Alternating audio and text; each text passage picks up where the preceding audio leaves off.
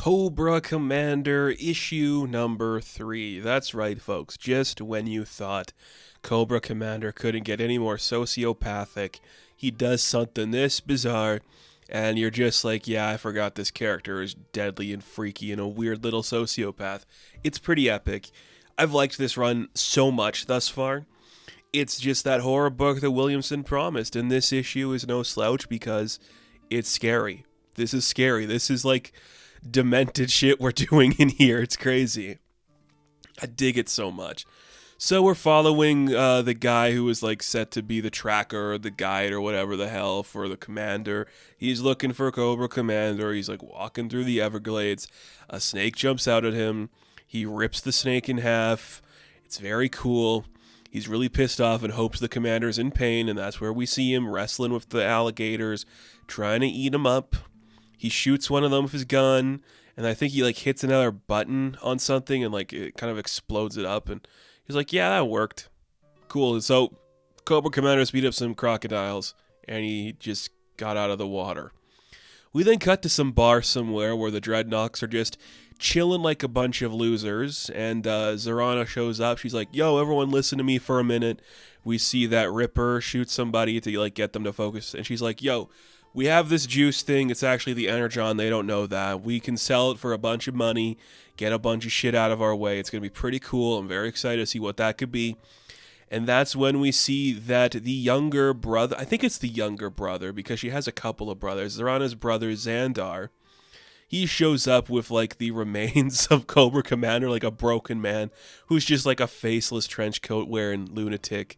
And he's kind of beaten up, but he's not going to talk or say anything.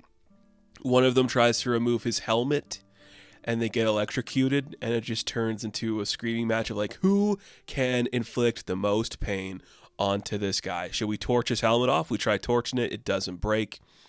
I respect that so much. This is really good stuff because it's very scary.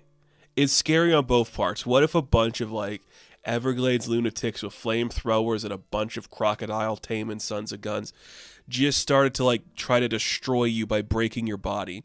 One of them like burns itself into like the wrist of Cobra Commander. They have like a big like weapon or something, like clench the sides of the helmet to rip it off. They try electrocuting him. Nothing is really working. They try just beating him, using a chainsaw on him. That helmet ain't coming off. They ain't getting him off. So they like tie him up some more, and they send him to a back room and just leave him there. You see like a bunch of blood splattered everywhere. There's like batteries of like cables hooked up to them. They're trying to get him to break, but it ain't really working.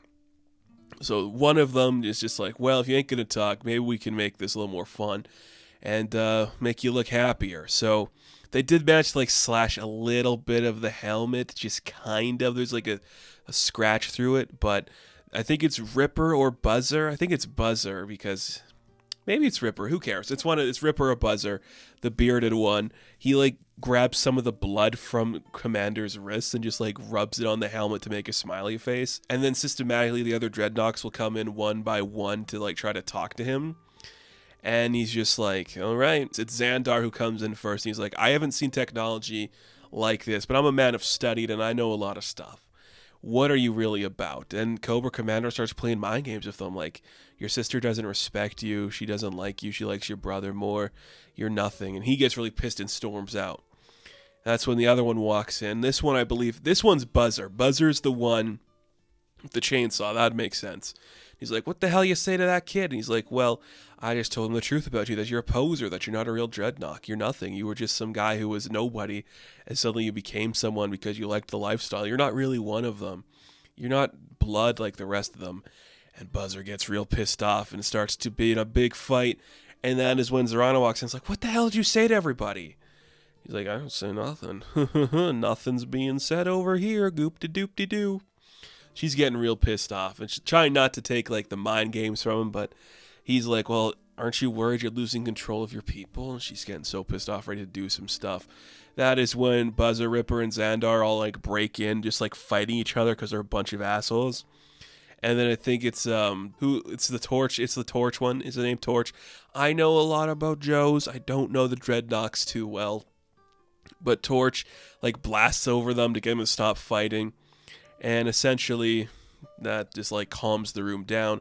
And that's also when Cobra Commander just like hits the button on his wrist, which is the tracker to get his tracker to come for him. So they're like, well, shit, if that's a tracker or something worse, you kind of just screwed us. So they try to like drag him out, and that is when they are met by the tracker, who's just ready to fight them all. Like, where the hell have you been? You stepped out of my sight, Commander. He's like, well, I got lost, but I did manage to find the Energon.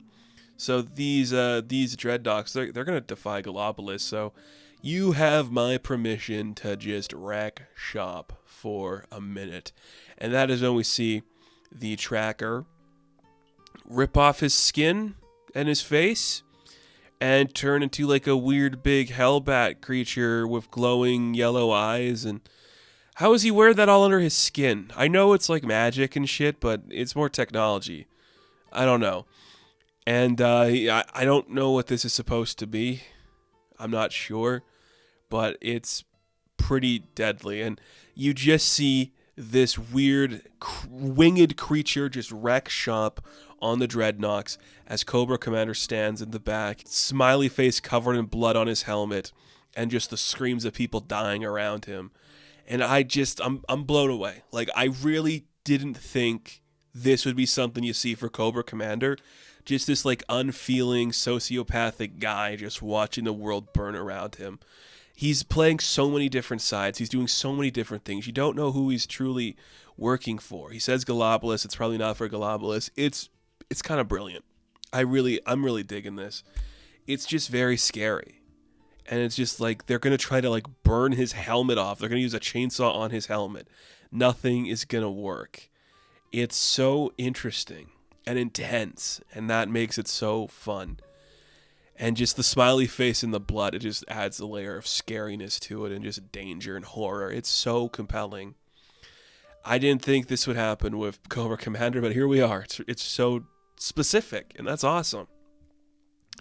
So, Cobra Commander issue number 3, I am going to give a 9 out of 10. Now, thank you all for watching this review. Be sure to like and subscribe to the channel. As always, you can check me out on Instagram, TikTok, and Twitter. And of course, I will catch you in the next one. Have fun. Stay safe. Good luck.